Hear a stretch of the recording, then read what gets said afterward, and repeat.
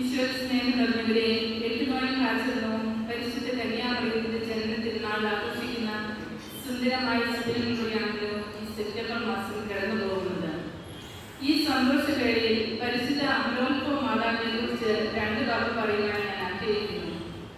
പനിനീർ പൂവിന്റെ ഗന്ധവും ഉഷസ്സിന്റെ ശോഭയും ചന്ദ്രികയുടെ സൗന്ദര്യം സൂര്യന്റെ ദീപ്തിയും അലിഞ്ഞു ചേർന്ന വിശുദ്ധിയുടെ നിറകുടമാണ് പരിശുദ്ധ അമ്മ. അത് പരമ്പരയില്ലാത്ത സ്നേഹത്തിന്റെ ഉറവിടമാണ് അമ്മ. ആ അമ്മയുടെ സ്നേഹം മാതൃസഹജമാണ്. സർപ്പത്തിന്റെ തലതാവത്ത് ചിരസിൽ 12 നക്ഷത്രങ്ങൾ കൊണ്ടുള്ള കിരീടമണിഞ്ഞ ആളിയാണ്. പാപഭംഗിരമായ മാനവരാശിയുടെ ഏക അഭിമാനമാണ്. അമലോത്ഭവ മാതാവ് എന്ന വിശേഷം പരിശുദ്ധ അമ്മയായി മറിയത്തിന് ലഭിച്ച മറ്റൊരു മഹത്വപൂർണമായ പേരാണ്. അമല എന്നത് നിർമ്മലതയുടെയും പവിത്രതയുടെയും സൂചനയാണ്. അതായത് പാപബോധമില്ലാത്തവൾ.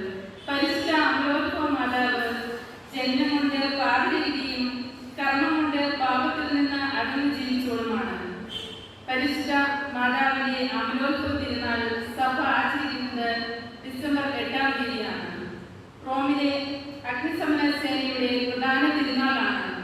കാരണം അമലോത്ഭവ സ്തംഭം സ്ഥാപിക്കുകയും മാതാവിന്റെ പ്രതിമ ഉയരത്തിൽ പ്രതിഷ്ഠിക്കുകയും ചെയ്തത് അവരാണ്.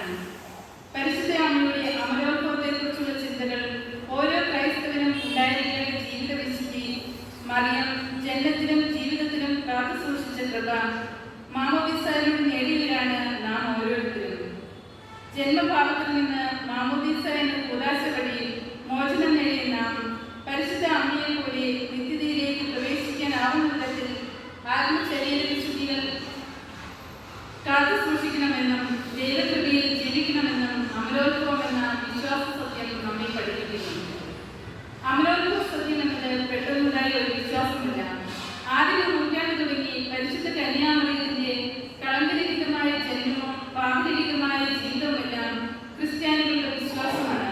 അതിന് ഒത്തിരി ഉദാഹരണങ്ങൾ ബൈബിളിൽ നാം കാണുന്നുണ്ട്.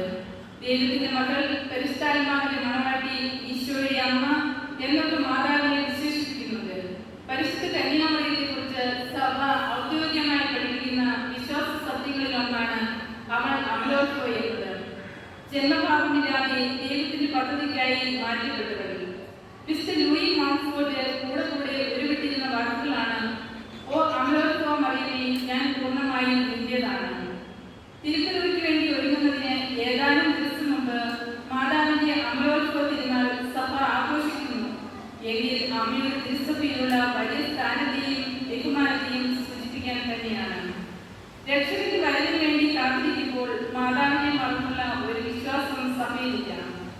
അമലോത്ഭവ മാതാവ് എന്ന് പറഞ്ഞാൽ പാപത്തിൽ നിന്ന് മോചിതയായ നിർമ്മല ജനനം ലഭിച്ച മറിയം എന്നാണ്.